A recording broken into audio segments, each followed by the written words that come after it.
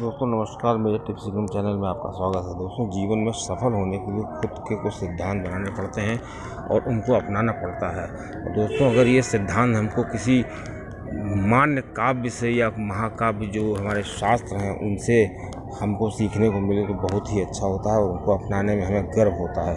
दोस्तों आज की वीडियो में हम जो बात करेंगे उसके माध्यम से हम महाभारत की जो बातें होती हैं, महाभारत के जो पात्रों से हम कुछ सीख सकते हैं। जो महाभारत में कुछ घटनाएं हुई हैं उनसे हम कुछ सीख सकते हैं। अगर उनको हम अपने जीवन में अपना लेते हैं तो हमारा जीवन बहुत हद तक सुधर जाएगा। दोस्तों आपका समय कितना भी ख़राब चल रहा हो, दोस्तों हमेशा ध्यान रखिए समय कितना भी ख़राब हो, और अगर हम इन बातों में से एक बात भी अगर जीवन में अपना लेते हैं तो हमारे जीवन को एक नया आयाम मिल जाएगा। दोस्तों इनकी कुछ बातें कुछ सीखें इस प्रकार हैं। दोस्तों पहली चीज़ तो हमें सीखना है, जो महाभारत के जो महापात्र थे, मेन पात्र थे अर्जुन जी, उनके पुत्र श्री अभिमन्यु जी से। अभिमन्यु जी जो थे उनको अधूरा ज्ञान था।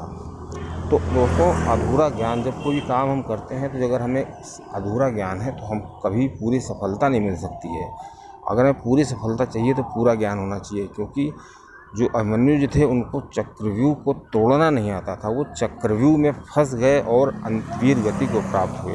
दोस्तों आपको पता होगा कि जयद्रथ ने उनका जो है अपमान भी किया था, मृत्यु के बाद भी उनको लातों से मारा। तो उसके बाद श्री अर्जुन जी ने उनको दूसरे दिन श्री कृष्ण जी की कृपा से वीर गति को प्राप्त कराया।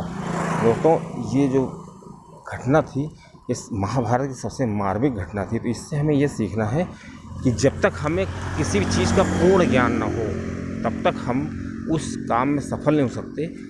अधकचरा ज्ञान अगर होगा तो हमको कुछ ना कुछ दिक्कतें जरूर आएंगी। दोस्तों दूसरी चीज़ हम सीख सकते हैं महाभारत से कि अगर किसी को समझाने से कोई काम नहीं बनना है, कोई साम दान दंड भेद वाला, तो भेद बहुत ज़रूरी हो जाता है। मतलब अगर साम दान दंड इन तीनों से काम नहीं बनना है तो भेदना बहुत ज़रूरी है, बहुत ही आवश्यक हो जाता है। दोस्तों श्री कृष्ण जो स्वयं भगवान थे उन्होंने बाणासुर के आक्रमण पर मथुरा छोड़ दिया और रण छोड़ दिया और ये कह दिया कि हम जो है जब ये मतलब उनको मौके दिए शिशुपाल जी को भी मौके दिए, उसको समझाया, जरासंध को भी समझाया।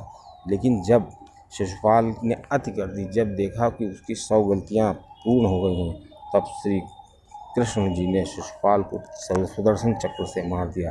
दोस्तों अपने ऊपर अगर अत्याचार हो रहा है और अपमान हो रहा है बार बार तो उसका ज़्यादा इंतजार नहीं करना चाहिए। साम दान दंड भेद की नीति अपनाना चाहिए और तुरंत उसका निराकरण कर देना चाहिए और जीवन को नए नए रास्ते पे लाना चाहिए।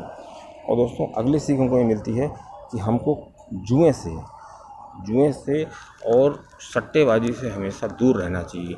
कि दोस्तों लोग कहते हैं, जैसे कुछ लोग कहेंगे कि अरे हम थोड़ा खेलते हैं या इससे क्या होगा, मेरी आदत नहीं पड़ेगी। दोस्तों आदत कब पड़ जाती है ये पता नहीं चलता है। दोस्तों होता ये है कि आदतें अच्छी लगानी पड़ती हैं, मेहनत करना पड़ता है, सीखना पड़ता है।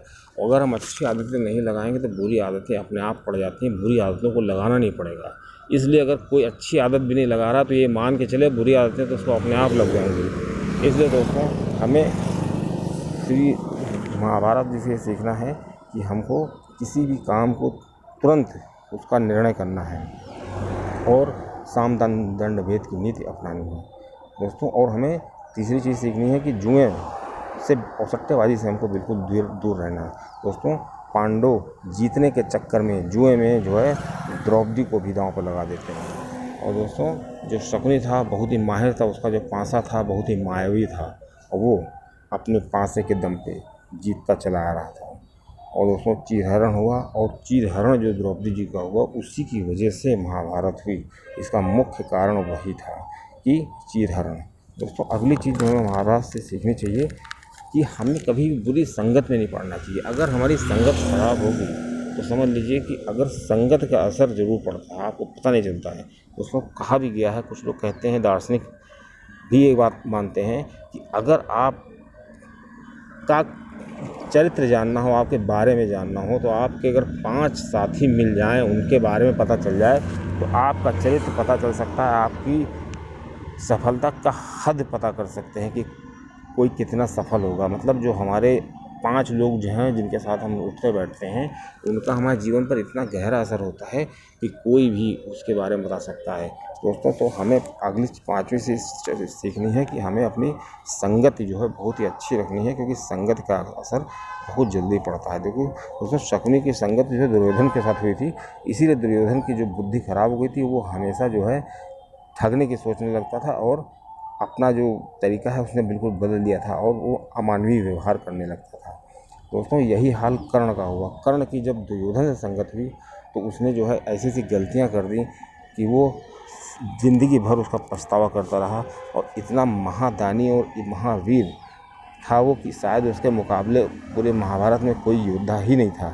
लेकिन केवल उसकी कमियां और उसकी जो संगत थी, उसी की वजह से वो अपने जीवन को भी नहीं समझ पाया और जीवन को सीख भी नहीं पाया, और बिना कुछ सीखे बिना कुछ पाए ही ये जिस धरती से चला गया। दोस्तों, जो शकुनी था वो बदला लेना चाहता था। ये बताते हैं कुछ लोग कि वो जो है औरों से बदला लेना चाहता था, क्योंकि उसका अपमान हुआ था एक बार। इसकी दूसरी कहानी है, लेकिन कुल मिला के यहाँ टॉपिक चल रहा है कि संगत का असर बहुत ही बुरी तरह पड़ता है और संगत से बचना चाहिए। दोस्तों, अगला जो हमको सीख मिलती है वो ये कि किसी के अधिकार को छीनना नहीं चाहिए। अगर हम किसी के अधिकार को छीन लेंगे तो हमको उससे जो है श्राप मिलेगा, और दोस्तों किसी के मन से निकला गया जो श्राप होता है वो उसको कुछ न कुछ हद तक प्रभावित जरूर करता है।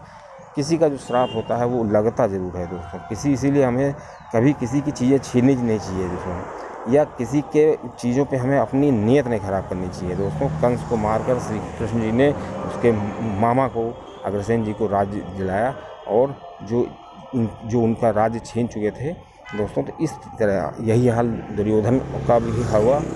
इसलिए दोस्तों, हमें कभी भी अपना जो अपना है अपना है, दूसरा है तो दूसरे का, हमारा नहीं है।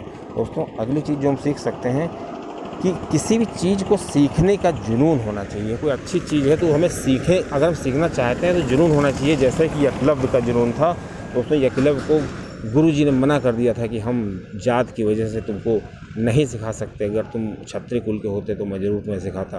तो दोस्तों, लेकिन उसको जुनून था, उसको सीखना था, इसीलिए उसने क्या किया, मूर्ति बनाई और उसी प्रतिमा के सहारे उसने ये इतना बड़ा धनुर्धर बन गया कि शायद उसका मुकाबला कोई नहीं कर सकता था। दोस्तों, ये हम उससे सीख सकते हैं। दोस्तों, अगला जो चीज़ हम सीख सकते हैं कि हमें कर्म करने की सीख मिलती है श्री महाभारत जी से, क्योंकि श्री गीता जी जो है वो भी श्री महाभारत का ही हिस्सा है। तो पूरी गीता में सिर्फ कर्म करने के बारे में बताया गया है कि हम, श्री कृष्ण जी ने कहा है कि अकर्म और आलसी और निष्क्रिय हमें नहीं बनना है, और हमें ऐसे व्यक्ति बनना है कि निष्काम कर्म करते हुए व्यक्ति को जीवन व्यतीत करना। निष्काम कर्म का मतलब हुआ कि दोस्तों कोई कर्म करते जाओ, फल की इच्छा ना करो, वो तो ऊपर वाला देगा ही। अगर आप कर्म अच्छे करेंगे तो फल तो ज़रूर ही मिलेगा। दोस्तों, अगली सीख मिलती है हमको, वो है कि हमें हमेशा सत्य और नीति के साथ रहना है। मतलब कभी भी, जैसे हमारे पास जीवन में ऐसे 2 रास्ते आ जाएं कि एक जगह सत्य है, एक जगह असत्य है, और सत्य और नीति है, दूसरी तरफ असत्य और अनीति है। तो चाहे मेरा कितना भी खास हो, या चाहे जितना शॉर्टकट हो, या हमको चाहे जितना फ़ायदा हो रहा हो दोस्तों, जहाँ असत्य होगा वहाँ पे फ़ायदा ज़रूर हो रहा होगा, लेकिन हमें हमेशा जो है सत्य और नीति के साथ ही रहना है। दोस्तों, अगर सत्य और नीति के साथ रहेंगे तभी ईश्वर हमारे साथ होगा। दोस्तों, ये चीज़ें हमको सीखनी है, क्योंकि दोस्तों भीष्म, द्रोणाचार्य, कर्ण जैसे जो महान योद्धा है, ये केवल नीति और सत्य के साथ नहीं थे, इसीलिए सबका विनाश हुआ। और जो सत्य के साथ थे वो हमेशा बचते रहे, और ईश्वर की उनके ऊपर कृपा रही। दोस्तों, अगली चीज़ जो हमें सीखनी है कि असली चीज़ को हमें पहचानना है। कोई भी चीज़ हो, उसकी जो असलियत है उसको पहचान करके हमें उसको अपनाना है। दोस्तों, जब कृष्ण जी ने देखा कि युद्ध का कोई परिणाम नहीं निकल रहा है, तो श्री कृष्ण जी ने अर्जुन जी को और दुर्योधन जी को बुलाया और कहा कि तुम, एक तरफ मैं हूँ, एक तरफ मेरी सेना है। तो दोस्तों, अर्जुन ने श्री कृष्ण जी को अपनाया, और दुर्योधन ने उनकी जो सेना थी उसको अपनाया। लेकिन हुआ ये कि असली चीज़ पहचान नहीं पाए दुर्योधन, और असली चीज़ तो श्री कृष्ण जी थे, और जहाँ श्री कृष्ण जी होंगे तो विजय तो वहीं होगी। इसलिए हमको जीवन में असली चीज़